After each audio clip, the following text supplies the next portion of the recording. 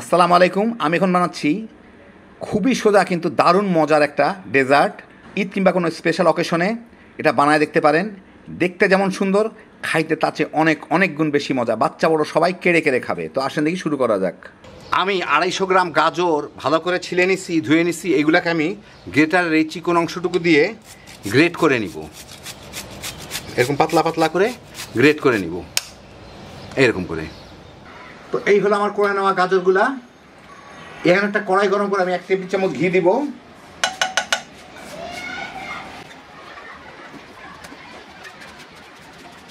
ঘিটা গলে গেলেই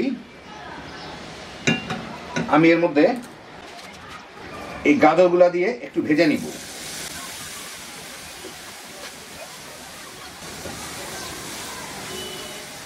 গাজরটা একটু কালারটা বদলাই, মানে পুরো জায়গাটা ভাজা ভাজা হইলেই, ভাজা ভাজা না মানে 4-5 মিনিট ভাজলেই বোঝা যাবে কালারটা একটু বদলাই গেছে।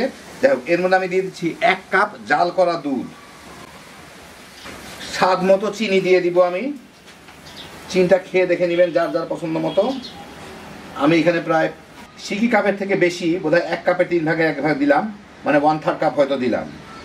এখন এটাকে আমি ভালো করে মিশায় জাল দিয়ে সিদ্ধ করে নিব। অল্প আছে সিদ্ধ করব। প্রায় 10 মিনিটের মতো জাল দিয়ে নিলাম। এগুলো হয়ে গেছে। এখন আমি এর সাথে ফ্লেভারের জন্য সামান্য একটু গোলাপ জল দিব। ইচ্ছা করলে কেউ এলাচির গুঁড়া দিতে পারেন, কিন্তু এলাচি কিন্তু আমি যেহেতু দুধে দিচ্ছি সেহেতু আমি আর এর মধ্যে দিলাম না। এর মধ্যে আমি গোলাপ জল দিলাম। দিয়ে এটার সাথে ভালো মতো মেখে মিনিট খানেক জাল দিব, যাতে গোলাপ জলটা ফ্লেভারটা চতুর্দিকে চলে যেতে পারে। এটা কিন্তু আর সিদ্ধ হওয়ার কোনো কিছু নাই, সমস্ত কিছু হয়ে গেছে। 1 মিনিট ভেজে নিলাম, চুলাটা বন্ধ করে দিই।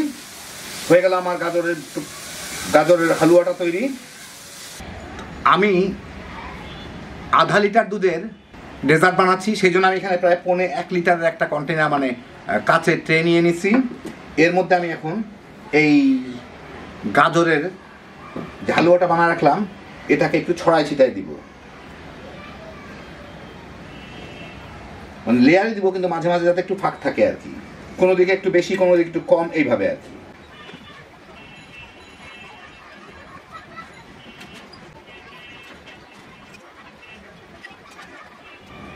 তো দিয়ে নিলাম। এখন আমি দুধের মিশ্রণটা রেডি করব। আমি এখানে 2 কাপ দুধ নিয়ে নিছি। এই দুধের মধ্যে আমি 4টা এলাচি একটু ভেঙে নিছি। এইগুলা এর মধ্যে দিয়ে আমি এটাকে 6-7 মিনিট জাল করে নেব বলক আসার পরে, যাতে এলাচির ফ্লেভারটা দুধের মধ্যে চলে আসে।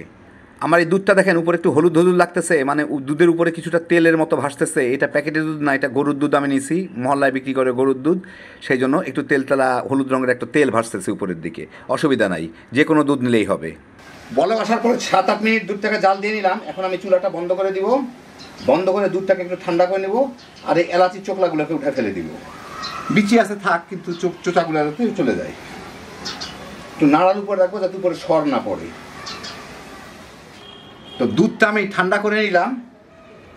নেওয়ার পরে এলাচির দানা না, ওই চোকলাগুলো ফেলে দিচ্ছি, দানাগুলো রয়ে গেছে, অসুবিধা নাই।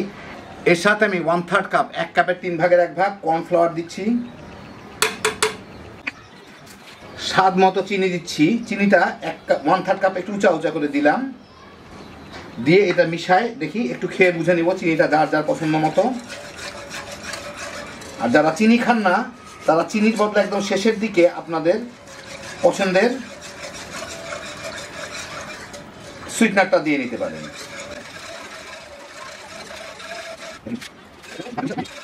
তো ভালো মতো মিলাই নিলাম। এখন আমি চুলাটা জ্বালাই, এটাকে মাঝারি আর লোয়ের মাঝামাঝি জাল দিব। এইভাবে নাড়ার উপরে রাখবো। ফুটে উঠলে এটা ঘন হয়ে যাবে, প্রায় জমার কাছাকাছি চলে আসবে। তো সেই জন্য নাড়ার উপর রাখতে হবে, তলের দিকে যাতে জমে না যায়।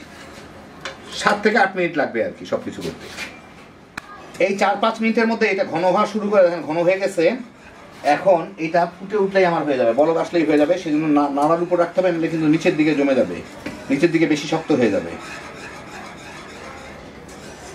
আর এই কালো কালোগুলো দেখছেন, এগুলো এলাচির বিচি, কিন্তু ক্ষতি নাই, কেন কোনো অসুবিধা হবে না, কারণ এর যা ফ্লেভার সেটা কিন্তু অলরেডি দুধের মধ্যে চলে আসছে। এটা দাঁতের নিচে পড়লেও, মানে এলাচি দাঁতের নিচে পড়লে যেরকম খারাপ লাগে সেরকম খারাপ লাগবে না।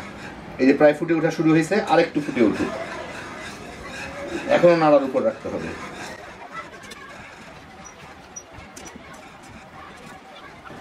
এই মিনিট খানেকের মধ্যে পুরাটা দেখেন ভালো মতো ফুটে উঠছে। এখন আমি চুলাটা বন্ধ করে এইটাকে গাজরের ইয়েগুলোর উপরে ঢেলে দিব গরম গরম অবস্থাতেই। এখন আমি গাজরের এটার উপরে এইটাকে গরমা গরমই ঢেলে দিব।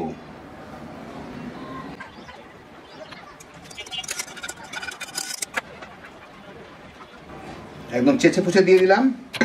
এখন এটাকে একটু ট্যাপ করে দিতে হবে যাতে নিচ পর্যন্ত যায়। ভিতর থেকে দেখেন বাতাসের বাবুল উঠতেছে, দেখা যাচ্ছে। একটু খোঁচায় টোচাই দিতে হবে যাতে এটা নিচ পর্যন্ত চলে যেতে পারে, মানে গাজরের ইয়েগুলার ভিতর পর্যন্ত চলে যেতে পারে, কারণ বাতাসের বাবল না থাকে।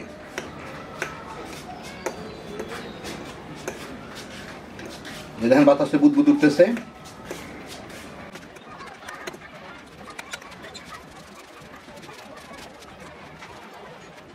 বাস একটু খোঁচায় টোচায় দিলাম আমি ভালো মতোই, হয়ে গেল। এই দেখেন এখনো বুদবুদ উঠতেছে। যাই হোক, এখন এটাকে আমি ঠান্ডা হইতে দিব। ঠান্ডা হইলে তারপরে একটু জমে যাবে, তারপর আপনাদের দেখাচ্ছি। বাইরে ঘন্টা 2 রেখে ঠান্ডা করে এটাকে আমি 2-3 ঘন্টা ফ্রিজে রাখছিলাম। মোটামুটি বেশ তুলতুলা নরম হয়ে জমে গেছে সুন্দরভাবে। আমার অসাধারণ সৌন্দর্য জ্ঞান দেখানোর জন্য একটু বাদাম টাদাম দিয়ে ডেকোরেশন করে তারপর আপনাদের আমি কেটে দেখাচ্ছি। তো এই দেখেন হয়ে গেল আমার দারুণ মজার একটা গাজরের ডেজার্ট। এটা খাইতে যে কি মজা, একবার বানায় খাইলেই বুঝবেন। ঈদ কিংবা যে কোনো স্পেশাল অকেশনে টেবিলের উপর রাখলে দেখতে যেমন সুন্দর, সবাই তামা তামা করে খেয়ে ফেলাইতে পারবো। খুব কম ঝামেলার মধ্যে হ্যাপি জোশের একটা আইটেম। একবার বানান তাইলেই বুঝতে পারবেন। আল্লাহ আপনাদের সবাইকে ভালো রাখুন, সুস্থ রাখুন, নিরাপদে রাখুন। ইনশাল্লাহ বেঁচে থাকলে আবার দেখা হবে। আল্লাহ হাফেজ।